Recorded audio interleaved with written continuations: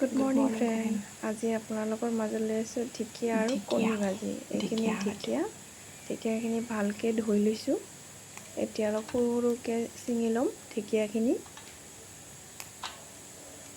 বহুত দিনৰ মূৰত আহিছোঁ আজি ৰাতিপুৱাই ঢেকীয়া আৰু কণী ভাজি খাম ভাতৰ লগত। সেইটো কাৰণে কেনেকৈ বনাই আছোঁ আপোনালোককো দেখুৱাওঁ, যাতে আপোনালোকেও খাই ভাল পাব।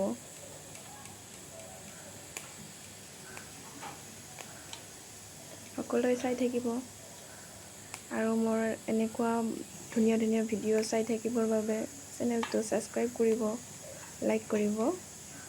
ভাল লাগিব তেতিয়া মোৰো। নতুনকৈ ইউটিউবাৰ হৈছোঁ, গতিকে সকলোৱে মৰম দিব। সকলোৱে মৰম দিলেহে আগুৱাই যাব পাৰিম।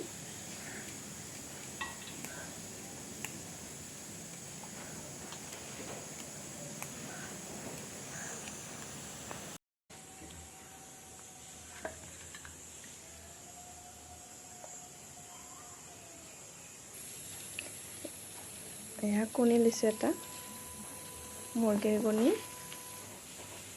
চোলাটো জ্বলাই লৈছোঁ। এতিয়া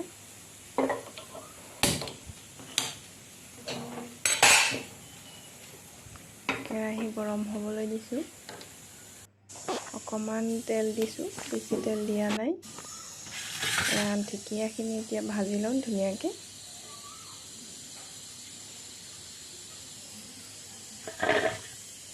তেলখিনি গৰম হৈ গ'ল, এতিয়া ঢেকীয়াখিনি ধুনীয়াকৈ ভাজি লওঁ আৰু নিমখ দি দিম ধুনীয়াকৈ।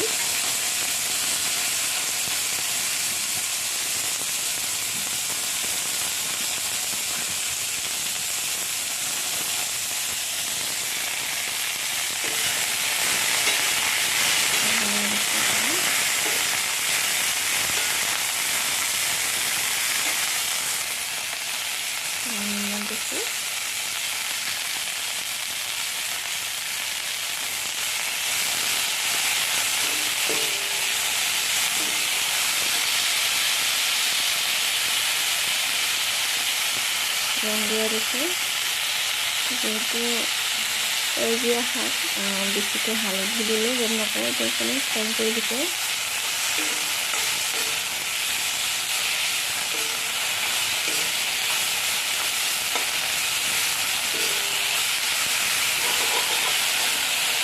ধুনীয়াকৈ লগাই দিছোঁ।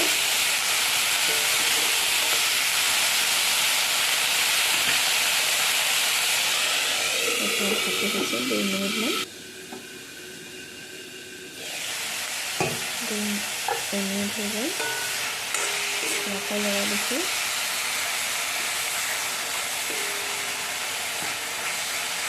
অলপ ভালকৈ ভজা হ'লে তাৰপিছত কণীটো দি দিম।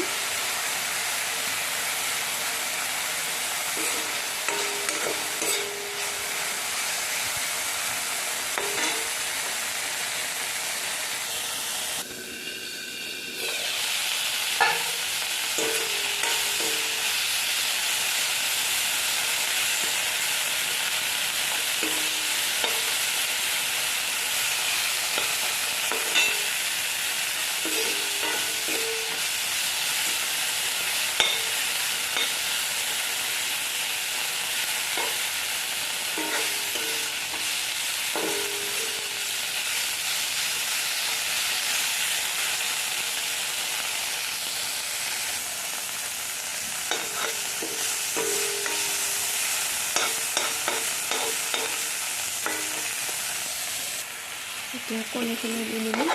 কণীখিনি অলপ লৰাই দিম, শুকান কৰি ল'ম।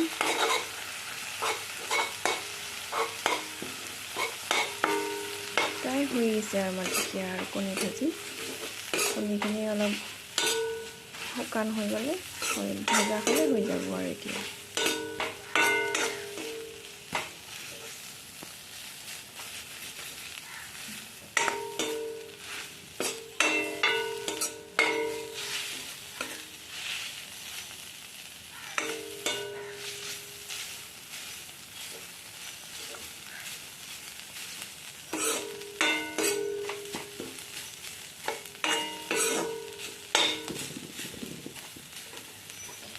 কণী আৰু ঢেকীয়া ভাজি হৈ গ'ল। এনেকৈ চবে এবাৰ ভাজি খাবচোন, কিমান ভাল লাগে। এবাৰ খাই চাব, বনাই খাই চালেহে গম পাব কেনেকুৱা হয়, কেনেকুৱা ভাল লাগে। মই কিন্তু বহুত ভাল পাওঁ।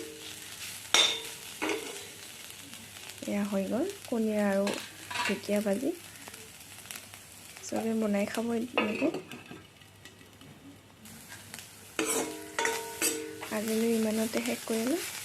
এবাৰ চবেই বনাই খাব আৰু লগতে মোৰ চেনেলটো লাইক কৰিব, ছাবস্ক্ৰাইব কৰিব আৰু এনেকৈ বনাই খাবচোন এবাৰ।